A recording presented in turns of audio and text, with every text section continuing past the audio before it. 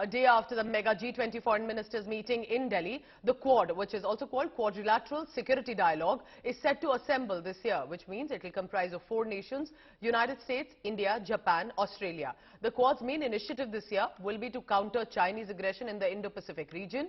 And in an exclusive interview to India Today television, the United States State Secretary Antony Blinken has stated that the Quad meeting will ensure a free, open and Indo-Pacific region, which will be the focus. But not just that.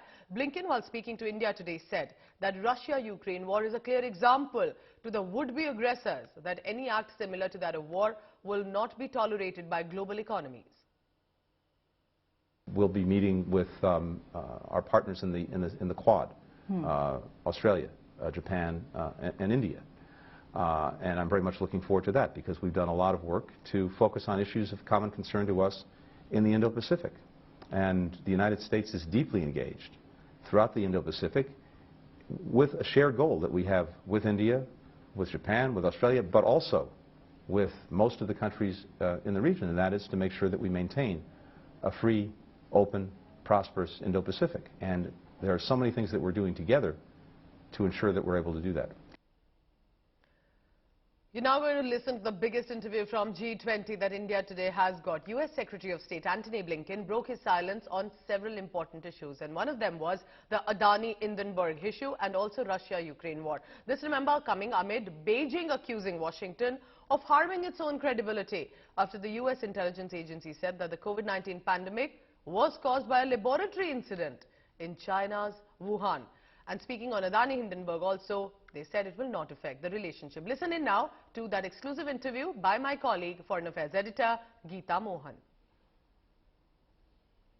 The US CIRF report under your leadership has been highly critical of India when it comes to certain categories, whether it's freedom of speech or treatment of minorities. Is that an area that was covered in your bilateral meetings with Dr. Jaishankar? And if so, again, what was India's response to it? We have an ongoing dialogue on both of our democracies and human rights, because as the world's 2 largest democracies, it's central to who we are. It's central to our identity.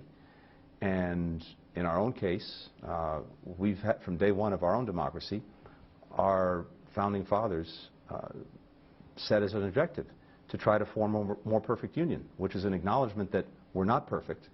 We never will be, but it's in trying to do ever better on democracy, on human rights, that we make progress. And I think that's a shared commitment that both of us have. And when questions or issues come up, we discuss them directly, very openly, very freely. You know, I think we would hold each other to account when there are concerns. And that's, I think, typical of many of our conversations. And came up today as well. But the point is that we're engaging on these issues directly, as friends, as partners, and I believe and hope working to make sure that both of our societies continue to get stronger when it comes to our democracies and when it comes to human rights. There's another very important aspect of in the Indo-US cooperation, which is health, the health sector, COVID-19, but the prospects are grim when it comes to reports that are emerging now. The US Energy Department has concluded that COVID pandemic most likely arose from a laboratory leak. In that, you've had many agencies report to you, send out reports. What can we conclusively say that Beijing indeed is indulging in biological warfare?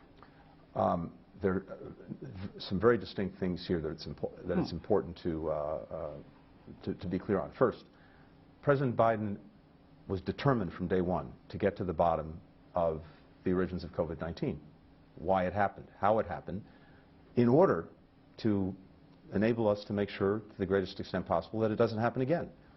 And in doing that, he asked all of our intelligence agencies to focus their resources and their attention on this question. And what we have now, after extensive study, is some of our agencies and departments believing that COVID originated from a lab leak in Wuhan, others believing it's more likely that it originated at an animal market, also in Wuhan, none of the agencies being able to say conclusively that it was one or the other.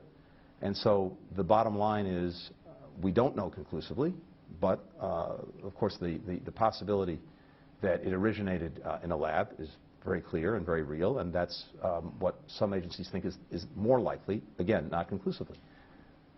But that's also separate from the question of whether this had anything to do with a biological weapon and anything to do with intentional actions by a country to develop it, use it, release it. And none of the agencies, to my knowledge, have found that.